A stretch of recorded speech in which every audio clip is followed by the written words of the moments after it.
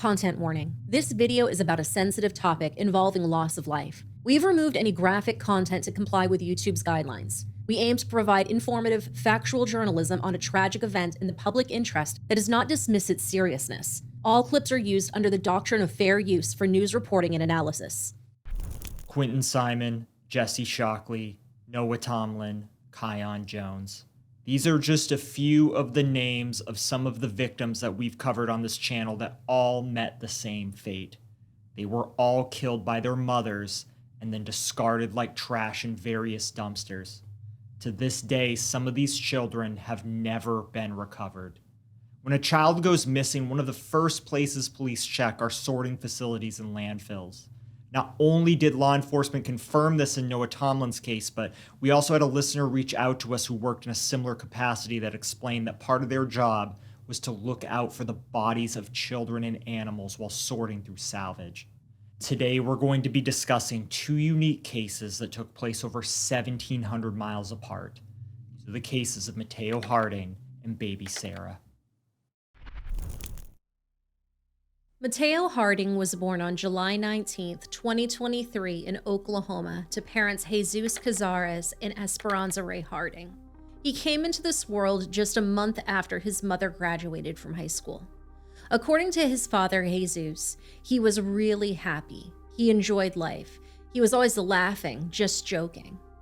Mateo was an adorable baby boy with dark hair, big brown eyes, and a sweet smile. At the time of our story, he was just shy of 8 months old and living with Esperanza in a hotel in Bloomington, Minnesota. She and Jesus had separated, and there was already a new man in her life, 18-year-old Edwin Cosmo Trudeau. There was just one major problem. Edwin hated Mateo. He wanted Esperanza to give her son up for adoption, and he wanted her to prove to him that he was her top priority. Sadly, Esperanza was such a desperate pick-me that she did exactly that. Sort of. At around 4:45 p.m. on February 28, 2024, Esperanza texted Edwin to vent her frustrations about her son. Apparently, the young mother wanted to take a bath, but Mateo's crying was interrupting her desired peace and quiet. She told Edwin, and I quote, "He's doing too much right now. I can't fucking sleep. I'm trying though. I'm about to do something bad. Please answer me. He's going to not be here much longer." However, rather than try to comfort his girlfriend or maybe stop by the hotel to help her out or talk her down in some way, he told her, "Okay, that's okay." However, a short time later, Esperanza texted Edwin back. This time she told him that her son was dead, that she was sorry. Like the true psychopath that he is, Edwin replied, "Don't be." Esperanza claimed that she attempted CPR, but Edwin told her to stop. He told her, "It's okay, I'm a help." And later, "You're making things harder. Stop. We are a team. We do this." We'll get into exactly how Mateo died later in the video, but according to reports, Edwin arrived at the hotel to find baby Mateo dead on the bathroom floor. He allegedly attempted CPR, but couldn't be bothered to call emergency services. Edwin had finally gotten what he had wanted, which was Mateo out of the picture, and now he had Esperanza all to himself. To add insult to injury, the couple hooked up in the hotel room while a 7-month-old baby lay dead in the next room. I really don't know why this part of it has to be a trend in cases we cover where not only is someone sick enough to kill a baby, but then they hook up with someone right in front of the baby's body. This is so incredibly hard for me to wrap my mind around, but somehow people doing this after they kill their child sadly happens more often than you think. Now, also a trend we've seen is that the pair fancied themselves as a modern-day Bonnie and Clyde. For leaving, Edwin told Esperanza to keep her mouth shut. He said, and I quote, "It is always going to be us, Bonnie and Clyde. If you go down, I go down, no matter what." He then instructed her to act like she was taking her trash out and to throw Mateo in the dumpster. Esperanza sadly did exactly that. She then told him that she knew that she was going to do time because she, in her own words, killed her own kid. Now, the scary part is that Esperanza might have gotten away with her wicked crimes. That was until she showed up at the Children's Minnesota Hospital, Minneapolis, empty-handed. According to a statement of probable cause filed by Detective Carrie Nolden on March 6, 2024, officers with the Bloomington Police Department responded to a call at the hospital for a report of a missing child. Upon arrival, the officer met with the victim's mother, Esperanza. Esperanza shared with the officers that her son, Mateo, had died of natural causes a week earlier on March 1st. However, she claimed that all of this had taken place at the hospital, and the hospital had no record of her son being admitted, treated, or dying at their facility. In addition, the Office of the Medical Examiner had no record of a 7-month-old baby being transferred for autopsy. Given the suspicious nature of the call and Esperanza's wild claims, the officers decided to sit down with the young mom for an interview. After continuing to provide inconsistent information, Esperanza eventually decided to come clean. Little Mateo hadn't died at the hospital. In fact, on February 28th, she drowned him in the bathtub before wrapping his body, stuffing it inside of a backpack, and tossing it into the dumpster at the hotel. According to Esperanza, she couldn't enjoy her bath due to her son's crying, so she decided to kill him.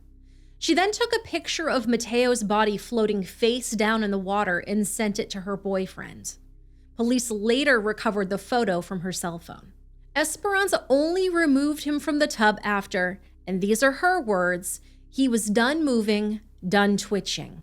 Esperanza Harding was arrested and charged with second-degree murder and initially held on a $1.5 million bail. Edwin Trudeau was also arrested and charged with aiding an offender. Both were held in the Hennepin County Jail awaiting their April 3, 2024 hearing. After learning of Mateo's fate, his biological father, Jesus Cazares, as well as his extended family, held a vigil for the little boy outside of the Bloomington Hotel where he was killed. He was really happy. He enjoyed life.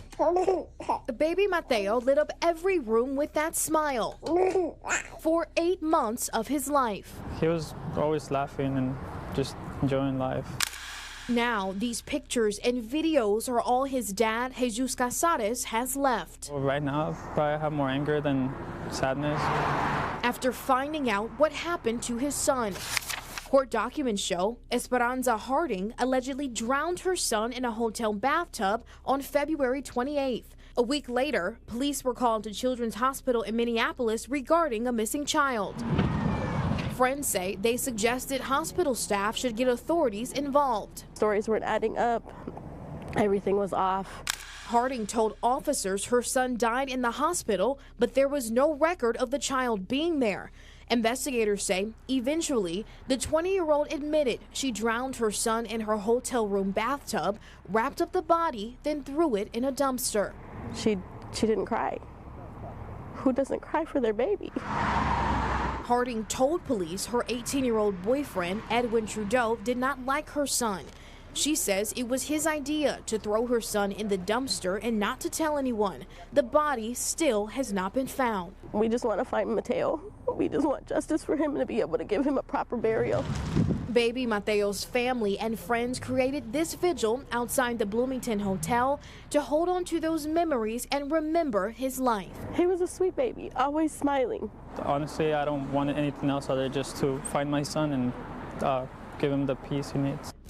On December 20th, 2024, now 21-year-old Esperanza pled guilty to 1 count of second-degree intentional murder. In March of 2025, she was sentenced to 384 months in prison with 366 days of credit time served. In a statement, Hennepin County Attorney Mary Moriarty shared, "My thoughts are with Mateo's family today. This was a heartbreaking case, and while Ms. Harding is being held accountable, it does not return Mateo to his family or offer him the life he should have had the chance to live." On February 23, 2025, now 20-year-old Edwin pled guilty to 1 charge of aiding an offender, accomplice after the fact, and for helping to conceal Mateo's murder. In May of 2025, Edwin was sentenced to 74 months in prison with 145 days credit for time already served. Attorney Moriarty also spoke at Edwin's sentencing. She said, "Mr. Trudeau attempted to help conceal a violent, heartbreaking act. All of our thoughts are with Mateo's family. They should be getting ready to celebrate his second birthday, and instead, they're left with a lifetime of grief. Mr. Trudeau is being held accountable for his actions. Esperanza Harding and Edwin Trudeau are still being held in the Hennepin County Jail. It's unclear where or when they'll be moved to a more permanent facility in order to serve out the remainder of their sentences. In the wake of Mateo's death, his aunt, Emily Cazares, started a GoFundMe to help with expenses. The caption, written in both English and Spanish, reads as follows: "With our heart in our hands, we invite you to help our beloved baby boy who lost his life in the hands of a devastating decision. Our baby boy, Mateo Harding, was only 7 months old when a person's wrongful choices took him away from us. He was a happy, sweet, and loving baby boy. On February 28, 2024, Mateo Harding had his life taken away by his mother, who had previously taken him away from his loving father the year prior with law enforcement help. She had abandoned him for 3 months after giving birth and then came back looking for him after my brother called the police.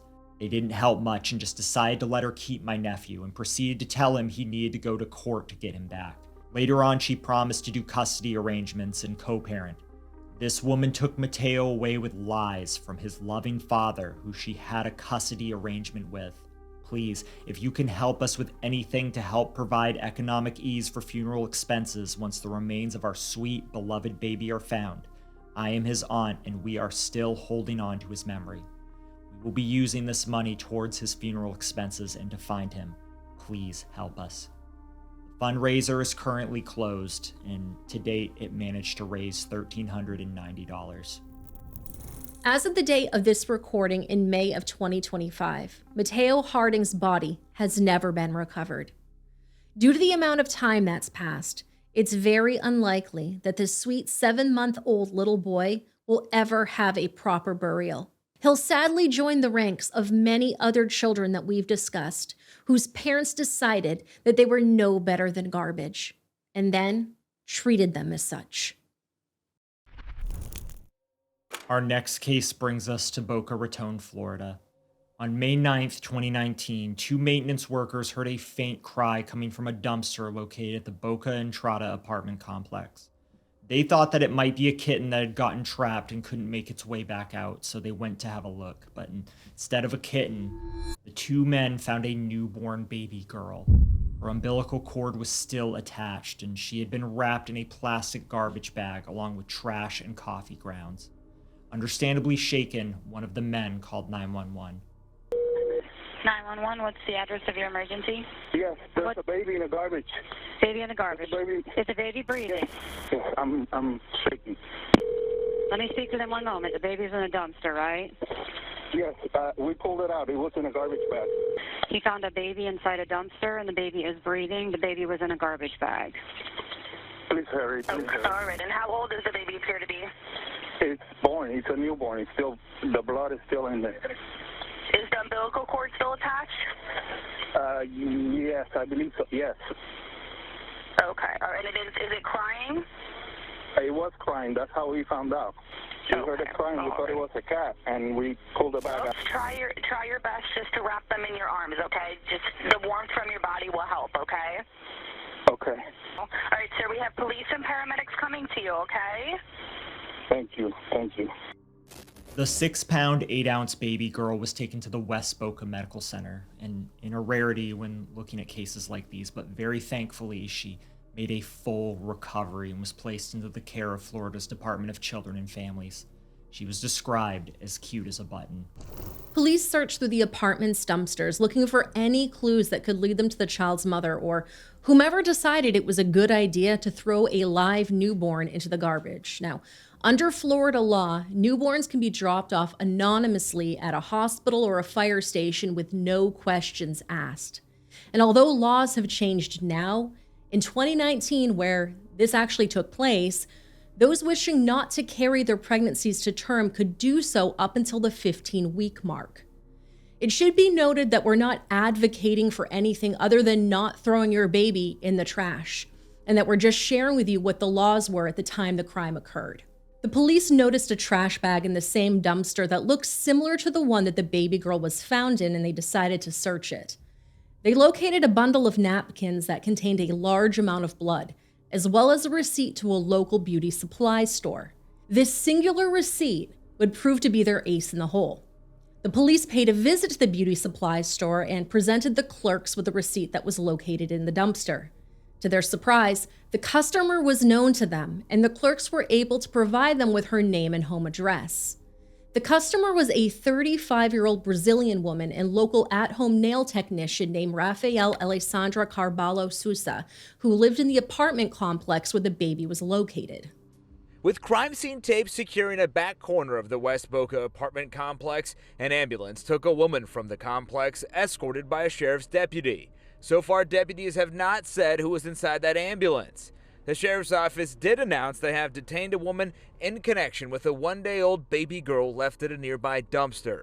Her umbilical cord still attached. I would love for them to find whoever did that and speak with them. Isaac Sadaka says he was walking by the dumpster Wednesday morning and realized what a maintenance worker had just discovered. I saw the gentleman, the maintenance guy, helping the baby and very crying a little bit. And I said, "Don't be sad. That's a baby you found?" He said, "Yeah, who would do something like that?" I said, "Somebody not full of love." A sheriff's lieutenant said the girl was as cute as a button, weighing 6 pounds, 8 ounces. She's African-American or Hispanic. I hope they found the mom, and I hope they found somebody to take care of the baby. Although ABC 13 claimed to not know who was taken via ambulance to the hospital, CBS 12 managed to capture video of the incident. It was Rafael.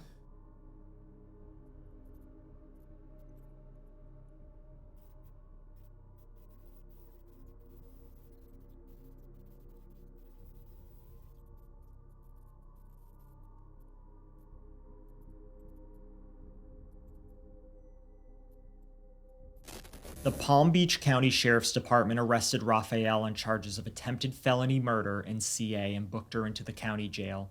The following morning, she appeared before 15th Judicial Circuit Judge Ted Bourras along with a Portuguese translator, where she was ordered to have no contact with her newborn. Through her translator, Rafael explained that she gave birth to her baby in her bathroom. She claimed that the baby was unresponsive and not breathing. But rather than call 911, Rafael waited for 3 hours before disposing of the child. She told the court that she returned to the dumpster 2 times to make sure the baby was dead, but never approached the bag due to others being present nearby. However, this story doesn't make sense, as the little girl was found crying the following morning. According to U.S. Immigration and Customs Enforcement spokesman Brian Cox, Rafael did not have a valid visa and that the agency was planning to take her into custody and deport her back to Brazil once her criminal case was resolved. However, in January of 2020, Rafael and her lawyers attempted to have her voluntary confession thrown out. They claimed that she had not been read her Miranda rights properly before speaking with detectives. According to court documents, the deputy, who also spoke Portuguese, did not advise Rafael that anything she said would be used against her in a court of law. However, prosecutors argued that the defendant was not in custody at the time of the questioning and therefore Miranda was not necessary. Judge Kirk Volker sided with the prosecution. We are following some breaking news at this hour in the case of the woman accused of putting her newborn baby inside a Boca Raton dumpster. A judge in this case has just denied Rafaela Sosa's motion to suppress statements that she had made to police when they questioned her at her apartment that day. This basically means that her confession can now be used in the criminal case against her. The judge said since she was not in custody when she spoke with PBSO detectives that day after she gave birth to the baby girl and then placed her in the dumpster, that the confession she made to the officers could be used in court. There's one last person we haven't heard from in this story, and that's Rafael's boyfriend, Carlos Jimenez Martins. Carlos moved to Florida from Brazil with Rafael 10 years prior, and the two shared a 3-year-old son. That son was whisked away by social services. According to the man, he had no idea that his girlfriend was pregnant, let alone that she had given birth inside their apartment. Carlos worked full-time for a landscaping company, normally starting his shifts at around 7 a.m. At night, he took online courses. On the weekends, he would perform with a local samba band and participate in church activities. When Rafael gave birth, Carlos was supposedly asleep in their shared bed. The couple also had a roommate who was staying in the guest bedroom, who was also clueless to what had occurred. When Carlos woke up the next morning, he claimed that his girlfriend was doing her usual morning routine, which included cooking breakfast and taking care of chores in the household. In an interview, Carlos told reporters in Spanish, "I feel two ways about her right now. I feel terribly sorry for her, and I feel furious at her. Why? Why didn't she tell me? I never would have let this happen. That little baby is my daughter. I never would have allowed her to be thrown away or even given away." According to Carlos, he only found out what had occurred after he came home from work on the 9th. He said, "She was sitting right there and she turns to me and says, 'I did it.' She confessed to me. She said, 'This is my problem, not yours.' I tell her, 'What did you do?' Then I went to tell the police." Carlos struggled to make sense of what happened. He questioned whether or not Rafael even knew she was pregnant or not, or if she legitimately thought that she's had a stillbirth, adding, "The other night we went out and we had a few drinks. Later she got sick and was throwing up. I asked myself why she would be drinking if she knew she was pregnant. Either she didn't know or she was a horrible person. And she said the baby did not cry. She waited to see if the baby reacted, but it did not. That's what she said when the police was here that day. I really don't know." According to Carlos, he wants custody of both of his children. When asked what he'd name the little girl, he said, "I want to name her Sarah. It's a beautiful name. It's gentle and normal," adding, "We had a good life. We worked hard. We always had our necessities. There was never a lack of food here. We could have welcomed a baby."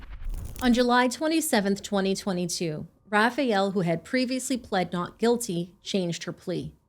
She was sentenced to 7.5 years in jail with credit for more than 3 years' time served. Following her release, she will have to serve 5 years of probation. As of the date of this recording in July of 2025, it's unclear whether or not she'll be sent back to Brazil or not.